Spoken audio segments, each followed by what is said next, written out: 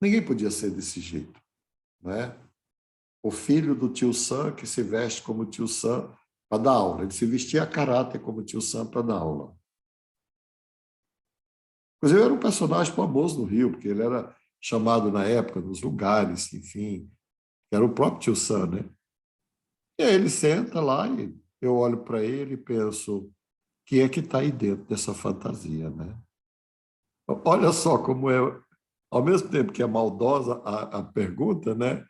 Ela é muito saudável também, porque assim, eu não fiquei fixado naquela imagem, né? Assim, bom, aquilo é uma imagem, é um personagem, sabe Deus porque ele construiu, sabe Deus porque ele precisa do personagem, enfim. E eu vou aqui tentar encontrar quem está morando dentro da fantasia. Depois foi se revelando a história. Na verdade, ele era filho mesmo do embaixador e de uma embaixatriz portugueses no Rio de Janeiro. Não era, ele nunca teve nos Estados Unidos, ele nunca teve na Inglaterra. Ele aprendeu inglês ainda criança, porque era filho de embaixador, e estudou com professores nativos das embaixadas, enfim. Mas ele tinha sérios problemas com o pai, com a figura do pai. A figura do pai era uma figura muito opressora, muito opressora. E se a gente pensar que o sujeito constrói a identidade sobre a identidade do pai, é assim que a gente constrói a primeira identidade da gente, ou da mãe, e aí quando a identidade não é uma boa referência, você termina construindo essa identidade por oposição à identidade original. Isso ocorre muito dentro das conversões religiosas. As pessoas... Desculpa, eu escutei só, acho que eu não ouvi a palavra. Oi? É o quê? Desculpa, eu não ouvi a palavra que o senhor falou. Eu falei que ocorre muito dentro das conversões religiosas, não é? Que o sujeito rejeita aquela identidade genética original, psicológica de pai e mãe, e ele constrói uma outra identidade. E eu acho que na vida espiritual isso é possível fazer sem grandes traumas. Mas, enfim, aí foi contando a história, tal. E você sabe que este sujeito, esta pessoa, se transformou em outra pessoa, que era ele mesmo. Porque na psicoterapia, quando alguém se transforma nele mesmo. Está entendendo? E uns 20 anos depois, eu estava aqui em São Paulo, dando aula no Mackenzie, e me chamaram no intervalo que tinha alguém visitando aqui o São Paulo e queria me ver. Ele não avisou nada. E ele foi lá e eu olhei, era irreconhecível, era outra pessoa. Ali havia, não era mais um personagem, né? E eu já passei por isso também, por exemplo, atendendo uma jovem afro, casada, 35 anos. Eu mudo um pouco aqui as datas para ninguém nunca identificar ninguém, né? Casada, 35 anos, todo o modelo de identidade dela, modelo da mulher branca. Tudo. A roupa, cabelo, a maquiagem, enfim, né? E aí ela entra no processo de análise mesmo, e aí ela vai se transformando. É um caso tão bonito, mas tão bonito, que 2 anos depois ela entra na sala e fala assim, doutor Maspoli, olha só, eu estou agora num processo de transição. Bom, que ela estava num processo de transição, eu sabia, mas ela falou sobre o cabelo. Olha meu cabelo. O cabelo de uma cacheada, para sair do alisamento para o cacho, passa por um processo de transição. É claro que ela não estava falando do cacho, ela está falando dela. Ela estava num processo de transição. E dentro dessa coisa de transferência, ela cortou um cacho do cabelo, colocou numa caixinha e deixou lá no meu consultório. Eu pedi para ela guardar lá, ela guardou lá numa gaveta e deixou lá. Eu não dei muita importância para não alimentar a relação de transferência. Lá na frente, eu saí de férias, viajei, eu geralmente tiro um mês de férias. E aí, quando eu voltei, ela marcou uma consulta, aí entra aquela mulher, com cabelo grande, que ela vinha mantendo o cabelo mais ou menos escondido ao longo do processo na rua, né? E aí entra aquela mulher alta, ela é muito bonita, cacheada, né? Aqueles cachos aqui no ombro.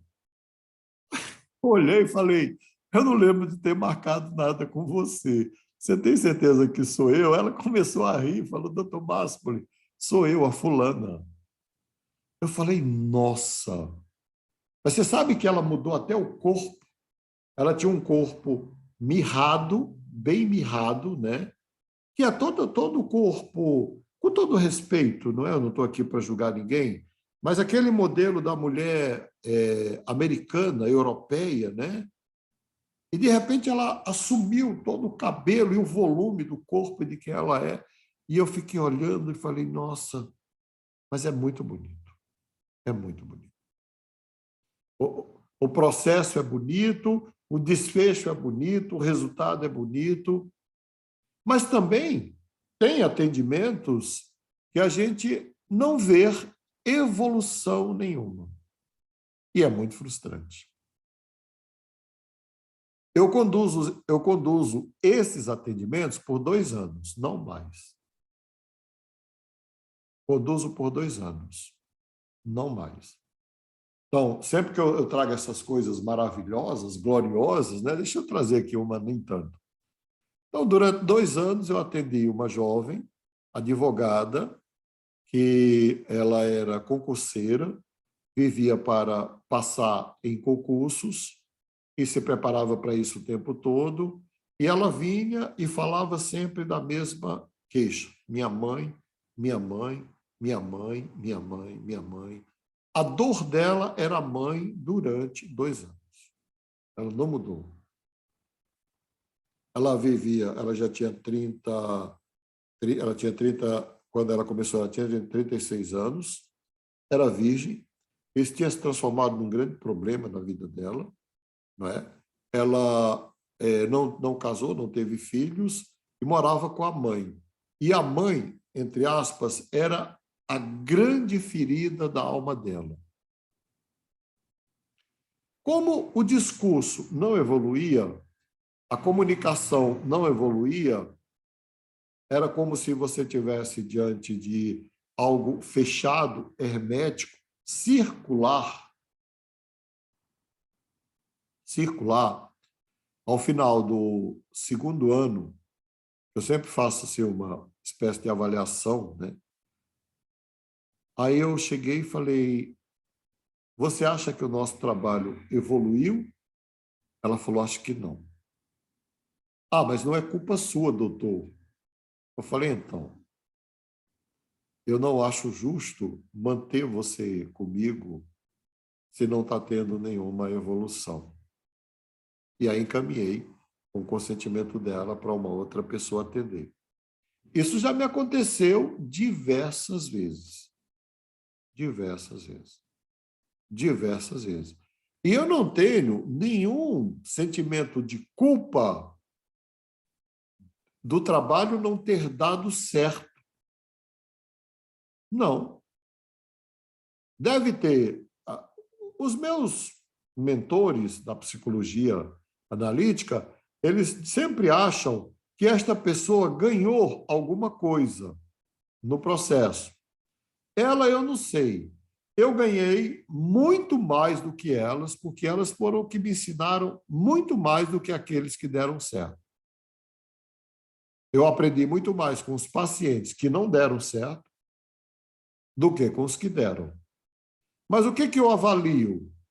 Que tanto pelas minhas limitações quanto pelas limitações dela ou dele, nós não fomos suficientemente capazes de construir uma relação terapêutica transformadora. O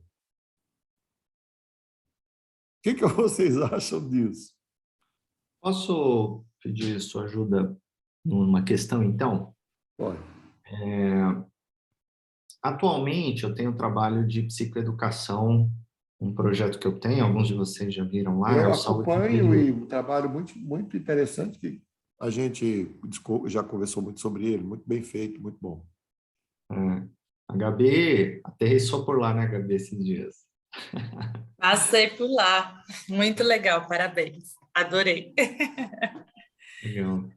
Então, quando as pessoas hoje me pedem uma sessão individual, eu não faço psicoterapia ainda, Sim. mas eu faço o que eu chamo de aconselhamento em saúde mental, que é uma sessão individual de 1 hora, com caráter psicoeducativo, né? Então, ele não é psicoterapêutico, ele é psicoeducativo. Então, a pessoa me fala o que acontece com ela, tal, e baseado na minha experiência aí de 1 década já com psicoterapia, com tratamento de uma depressão, aquela coisa toda, eu vou orientando ela, ó, procura esse profissional, veja a possibilidade de consultar um psiquiatra, aí a pessoa me pergunta Sim. sobre remédio e tal, enfim, eu vou orientando ela.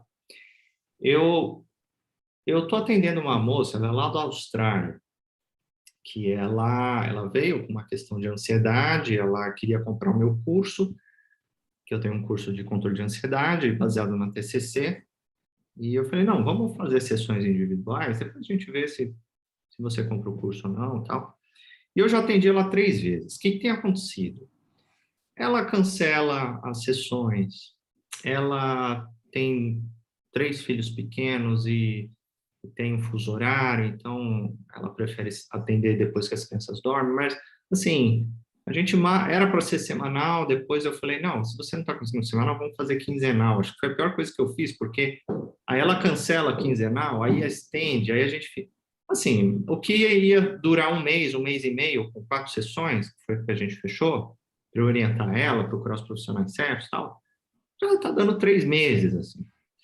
E aí, na última vez, eu falei, olha, a gente precisa conversar, porque se você continuar cancelando, a gente, né, eu fico um pouco sem saber te direcionar.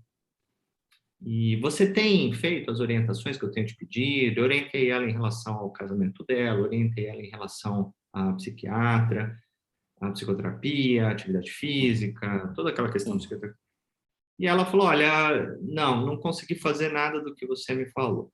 A única coisa que ela fez foi consultar um psiquiatra e começar a tomar medicação, que eu acho que acalma ela, tira aquela ansiedade, e ela não fez mais nada. E toda sessão eu faço um compilado, mando bonitinho o que ela deve fazer, nada muito complicado. E aí, o que acontece? É esse caso. Eu, sinceramente, nem sei se eu vou propor renovar com ela depois dessa última sessão, porque a gente se sente muito frustrado, a gente não sabe muito o que fazer, né? Sim, aí eu vou colocar a hipótese menos pesada, não vou colocar uma hipótese óbvia, tá? A menos pesada, que foi pensada por Jung e depois desenvolvida por um grande psicólogo italiano, na verdade ele é italiano naturalizado, acho que ele é russo.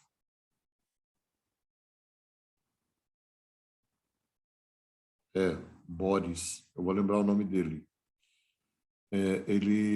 Qual é a hipótese? Bom, a hipótese óbvia é que ela tem resistência ao tratamento. Essa é a hipótese freudiana óbvia. Né? É como todo psicanalista freudiano explica as desistências, a psicoterapia mal sucedida, enfim. Ele não tem nenhum problema. Quem tem problema é o paciente que tem resistência, né? Assim é fácil. Se considerar, que é o que você está falando aqui, que você não teria problemas para orientá-la, então não é uma resistência sua, a questão, Alex, é que muitas pessoas elas mergulham num nível de sofrimento tal que elas gastam toda a energia que elas produzem e mais alguma coisa na manutenção da própria vida. Não é na... Deixa eu ver aqui o nome do cara que eu quero citar. Não é para... Elas não vivem, elas sobrevivem.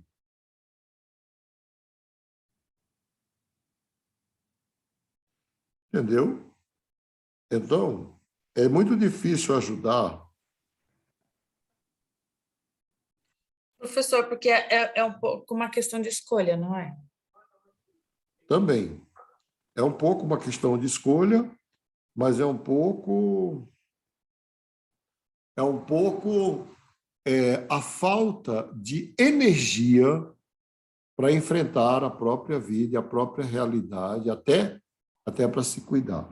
A gente entende isso fisicamente, não é? Não entende? Vamos lá, vamos pegar uma metáfora da doença física que fica mais fácil para vocês. Quem adoece e adoece de forma grave, ela não tem nem forças para procurar ajuda médica. Concordam comigo? Talvez alguém tenha que levá-la, que ampará-la, que levar até o médico, dar o remédio, dar tudo, tal.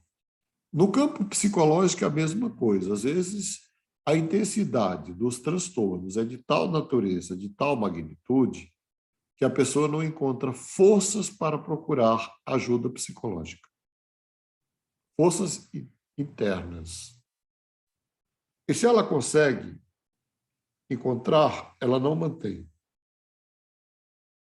O psicólogo que eu vou citar aqui, vale a pena conhecer depois a obra dele. Ele é vivo, chama-se Boris Cyrulnik. Boris Cyrulnik. C-Y, Boris, o segundo nome é C-Y-R-U-L-N-I-K. Boris Cyrulnik. Tem 12 livros dele publicados em língua portuguesa, falando exatamente deste perfil que eu estou falando aqui. Um deles chama-se Falar de Amor à Beira do Abismo. É muito interessante. Falar de amor à beira do abismo. Então, é possível, Alex, que essa moça esteja de tal forma comprometida que ela não encontra forças para manter, por exemplo, uma sessão de aconselhamento psicológico para cuidar da própria vida. Ela, paralelamente ao meu aconselhamento, ela faz psicoterapia toda quinta-feira, diz ela, com uma terapeuta junguiana, inclusive. Eu falei, legal, a terapeuta junguiana vai te ajudar muito no seu processo de autoconhecimento, de individuação, tal, para você saber quem é essa moça que está aí dentro de você e tal. Mas ela fala que já faz muitos anos e, sinceramente, ela não tem perfil de quem faz análise, porque ela é muito... Então, aí perdida, você né? tem você tem essa recorrência desse relato que você tem aqui, que, primeiro, que muitos psicoterapeutas, com todo respeito, o que eu vou falar aqui é óbvio, não tem nenhuma estratégia para atender. Então, eles se tornam amigos do paciente. É um confidente. E nessa sociedade que nós vivemos, se você tiver disponibilidade para acolher alguém, para ouvir alguém e não julgar, não vai faltar pessoas para lhe procurar. Não precisa nem você intervir em nada. Mas quando a gente fala de psicoterapia, a gente fala de duas pessoas comprometidas com mudança. A gente não vai estabelecer prazos, regras, métodos, mas se não tiver mudança, não vai rolar. Não é psicoterapia. Muitos procuram psicoterapia por curiosidade. Essas pessoas ficam no máximo 8 sessões. Olha, para aguentar 8 sessões para elas é muito. Porque elas não têm uma demanda, elas não têm uma causa, elas não têm uma busca. Elas estão felizes e perfeitas nas vidas que elas levam. Então, não há o que mudar. Psicoterapia é para pessoas que precisam passar por uma transformação. E estão buscando isso e querem isso a qualquer custo. Elas não estão confortáveis mais com a vida que elas têm, nem com as relações, nem com o trabalho, nem com família, nem com nada. e às vezes nem com Deus, e elas precisam ressignificar tudo isso. Professor, mais uma pergunta. Ah, Todo ser humano não seria saudável buscar? Tipo assim, a vida sempre exige não, de eu uma forma. sei, essa é a nossa posição de psicólogos e terapeutas, que a gente sabe a importância. Uhum. Ele avalia a importância por aquilo, pelo resultado. Você vai atender muitas pessoas que vão ficar pouco tempo com você porque elas não conseguem. Você consegue ver que elas precisam, mas elas não conseguem ver o que precisam. Me dá uma estatística só para alinhamento de expectativa futura da nossa clínica. Quantos por cento das pessoas, mais ou menos, sei que não é uma ciência exata, mas de 10 eu pessoas posso que te dar vai uma até clínica do você, meu, quantas, eu posso te dar uma quantas clínica realmente do, quer? eu posso te dar uma clínica do meu consultório, onde eu já atendi mais de 2.000 pessoas ao longo de 40 anos, não é? Eu colocaria aí uns 20%, que dá Pouco, hein? pessoas. 20% que é mais ou menos, tá falando?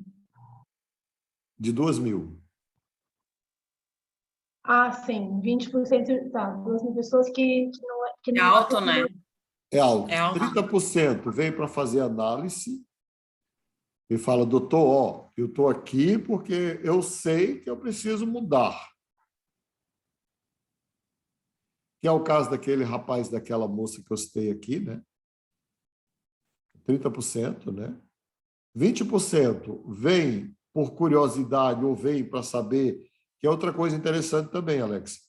Eles vêm para... A imagem que eu criei foi, eles chegam, eles sabem que estão dentro de um poço, mas eles não têm a dimensão da profundidade, e aí o terapeuta levanta a tampa do poço para eles, e eles olham para baixo e, ó, dá no pé. Mas não vou mas nem pagando. Ô, doutor, deixa eu aproveitar já, E os porque assim, até a escola... 50%, tá. E os 50% vem para buscar terapia mesmo de problemas reais do cotidiano, do trabalho, das relações, da saúde mental, né? Fala.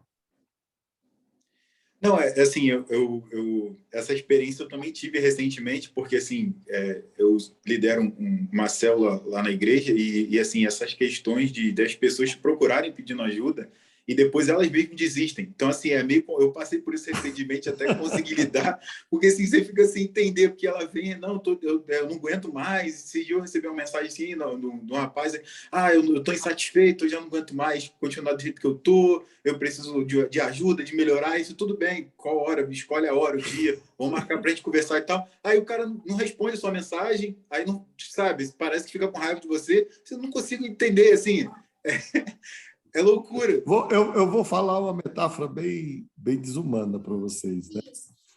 Não sei se nos bairros de vocês tem, se vocês já cruzaram, mas aqui no Brasil é muito comum, de repente o sujeito fala, doutor, falta R$ 2 para eu voltar para o Piauí. Aí você dá os R$ 2. Aí no dia seguinte você está lá no mesmo lugar, doutor, falta R$ 2 para eu voltar para o Piauí. Você dá os R$ 2. Toda vez que você passar lá, falta R$ 2 para voltar para o Piauí. O problema é que ele não quer ir para o Piauí, não é? Os R$ 2 é para outra coisa. Então, vamos lá. É a mesma coisa. Eu preciso muito de ajuda. Me ajuda. Aí você fala, me ajuda. Aí você fala, eu ajudo. Mas não tem ninguém ali para você ajudar. A questão é se a pessoa quer ser ajudada, É. porque, na verdade, é custoso, assim, eu digo, trabalhoso evoluir, né, professor? Exige tempo, exige dedicação, né? Eu diria que às vezes é até dolorido, né? É dolorido. É mudar, encarar que precisa mudar, por exemplo, de lugar, de trabalho, de parceiro, mudar de estilo de vida, né? Mas o estilo de vida não é... Eu falo mesmo estilo de vida, essa coisa de levantar, comer, trabalhar, estudar, tal. Que o povo fala muito, sair da zona de conforto. Eu acho que é muito difícil sair da zona de conforto. E olha, eu tenho visto, tenho estudado muito esse mercado psicológico na internet, né, que começou a ficar bastante prostituído.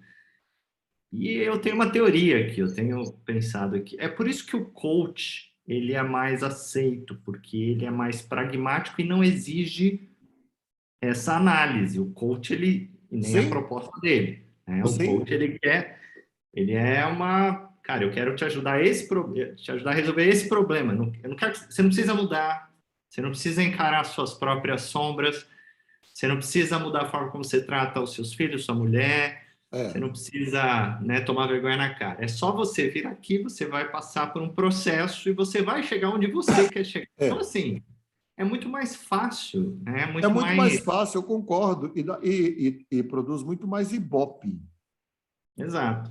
não é? Quem E aí você é, vê, né, alguns coaches, né, que utilizam de uma linguagem que massageia bastante o ego da é, audiência. Tem um cara aqui, que ele é muito famoso, quase 10 milhões de seguidores aí, e ele teve uma frase que eu fico zoando aqui com a Nayara, e ele fala assim que os leões não se importam com a opinião das ovelhas, os Hum, leões não ficam sem dormir à noite com a opinião. Tipo assim, todo mundo é leão, né? Você é leão, você. Então assim é muito fácil, mas ao mesmo tempo absolutamente superficial e é isso mesmo, mestre. A humanidade é é, isso. O é que isso esperar da mesmo, e por humanidade? isso que TCC faz tanto sucesso, porque o sujeito chega lá e aí fala assim, eu estou apaixonado e eu quero me curar da minha paixão. Bom, eu vou contar um caso bem grotesco, pitoresco, mas que eu ouvi de um grande comportamentalista, né? Era o maior do Rio de Janeiro, eu fui aluno dele, ele até não vive mais, então não vou declinar o nome dele, mas o sujeito chega e fala: doutor, eu quero me curar da paixão porque só eu estou apaixonado, e ele foi embora, ou ela foi embora. Ele vai dizer: você vai vir aqui 10 vezes, mas vir aqui ou não, não é o problema. Eu vou preparar uma essência e todas as vezes que você lembrar dele, você cheira. Todas as vezes que lembrar, eu vou pôr num vidrinho de perfume francês, aquele que você lembrou, você cheira. Isso eu ouvi várias vezes desse professor, que era famoso no Rio. E aí ele põe a essência, o sujeito vai lá, final do mês ele liga e fala: doutor, eu não preciso mais voltar. Quando eu lembro dessa pessoa, eu tenho até ânsia de vômito. Aí eu cheguei e falei: professor, o que que você põe no vidro? Amônia.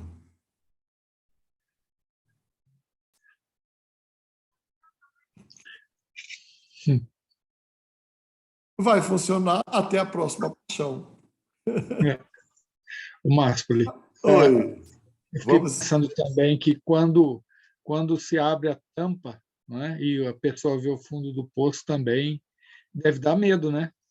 Dá medo e às vezes é tão grande mesmo que é melhor não mexer. E Eu, aí, nesse sentido, o terapeuta sábio não vai mostrar todo o fundo do poço de uma vez, não, que não vai vai. assustar o cara, né? É. Por isso Você que vai fica dosando a ansioso. Qual é profundidade. meu diagnóstico? Qual é meu diagnóstico? Calma. Então, mas uma loucura que eu pensei assim, será que dá mais resultado você ignorar a pessoa quando ela te pede ajuda para ver se ela quer de verdade, ao invés de você Não, oferecer? Porque ela. eu acho que eu vou te dar uma sugestão Ah, a sugestão que é o princípio que a Como gente diz a utiliza. saudosa, desculpa te interromper, mestre, a É, Marília Mendonça aconselharia assim, ó, foge que ele vem atrás. mas vamos lá. Você está numa festa e tem lá um doutor, médico. Aí você chega e fala: não, eu sofro dor de cabeça todo dia e eu estou aqui com dor. Nenhum doutor, eu sei porque eu convivo com eles, nenhum médico, vai dizer: olha, toma remédio para enxaqueca. Fica na dele. Se você insistir muito, ele vai te chamar de um lado e vai dizer: está aqui meu telefone, meu WhatsApp. Marca uma consulta para a gente conversar sobre isso sem compromisso. talvez eu não seja nem a pessoa para te atender, mas se eu for, eu te atendo e te encaminho. Aí o sujeito invariavelmente liga, e se for da área dele, ele atende, senão ele encaminha. Bom, qual é o princípio que está aí? Eu não atendo ninguém que outro marcou. Eu já disse isso para vocês. Por quê? E também não ofereço ajuda para ninguém. E aí, eu vou terminar de uma forma bem espetacular, que eu nunca imaginei que ia voltar nessa história de novo. Para terminar a aula. Eu era da Marinha, 20 anos de idade, embarcado no navio, e eu era secretário do almirante, então andava armado com a pistola 45. E aí eu me achava um cara armado, né, jovem. Embora eu tenha feito todo o treinamento, nunca usei aquilo para nada. E exatamente foram as armas que me fizeram desistir da Marinha. Mas tem um homem batendo numa mulher aqui no Porto de Santos, mas batendo para valer. E aquilo me tocou a alma, não é? E eu estava forte, jovem e armado. Então eu cheguei até ele e falei, cara, para de bater nesta mulher. Você pode até matá-la. O cara olhou para mim, eu não peguei na arma, mas estava lá na cintura, ele olhou para mim e falou, tudo bem, você que manda, chefe. Aí a mulher olhou para mim e falou assim, quem é você? Quem lhe chamou aqui? Quem lhe deu o direito de se intrometer aqui?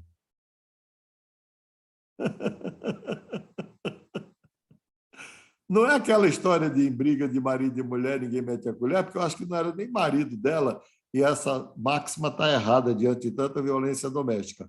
O que ela deixou claro para mim ali? Para eu ali? Que ela não tinha pedido ajuda, que ela não queria ajuda e que ela não precisava de ajuda. Sabe lá se no segundo round ela não ia bater nele também? Então, a gente nunca oferece ajuda. A gente coloca à disposição. Gente, uma boa noite para vocês. Eu sei que mexe muito, tem muita pergunta, né?